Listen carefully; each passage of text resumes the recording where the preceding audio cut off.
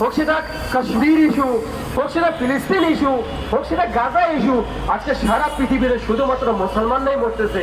আর আজকে বলে মুসলমানদেরকে সন্ত্রাসী হিসেবে আখ্যায়িত করা হচ্ছে।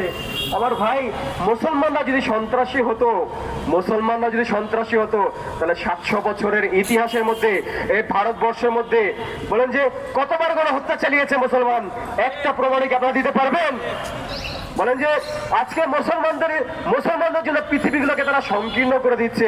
মুসলমানরা এতই উদার যে তাদের সামনে মুসলমানদেরকে হত্যা করা হচ্ছে, তারপরে মুসলমানরা ক্ষমা সুন্দর দৃষ্টিতে দেখছে।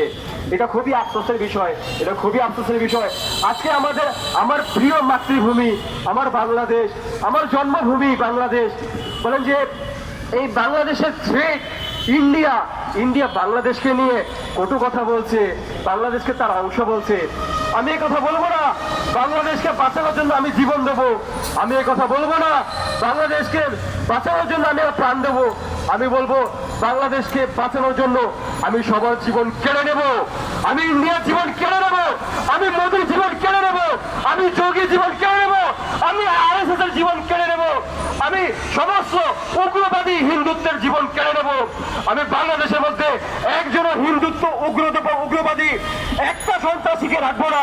আমার বাংলাদেশের জন্য যদি তা ভেড় হবে, আমি এদের একজনকেও বাংলাদেশের মধ্যে জীবিত থাকতে দেব না। আমি মরার জন্য আসি নাই, আমি প্রাণ নেওয়ার জন্য আসছি। আমি মরার জন্য আসি নাই, আমি মারার জন্য আসছি। আমি এখানে মরার জন্য দাঁড়াই নাই, আমি এখানে মারার জন্য আহ্বান জানার জন্য আসছি। আমি এখানে মরার জন্য আসি নাই, আমি এখানে আসছি আপনাদেরকে হত্যা করবো, আপনাদেরকে শুলিতে চালাবো, আপনাদেরকে ফাঁসিতে দেবো। যারাই আমার প্রিয় মাতৃভূমি, আমার বাংলাদেশের জন্য যারা ফ্রেড হবে, যারা আমার বাংলাদেশের জন্য যারা হুমকি হবে, এজন্য এখন স্লোগান পাল্টাতে হবে। এখনই স্লোগান পাল্টানোর সময়। প্রথম বাংলাদেশ আমার, শেষ বাংলাদেশ, জীবন বাংলাদেশ আমার, মরণ বাংলাদেশ। আসসালামু আলাইকুম ওয়া রাহমাতুল্লাহি ওয়া বারাকাতুহু। বিক্ষোভ সমাবেশটি জাতীয় প্রেস ক্লাবের সামনে ওয়ার্ল্ড মুসলিম মহাজির রাইটস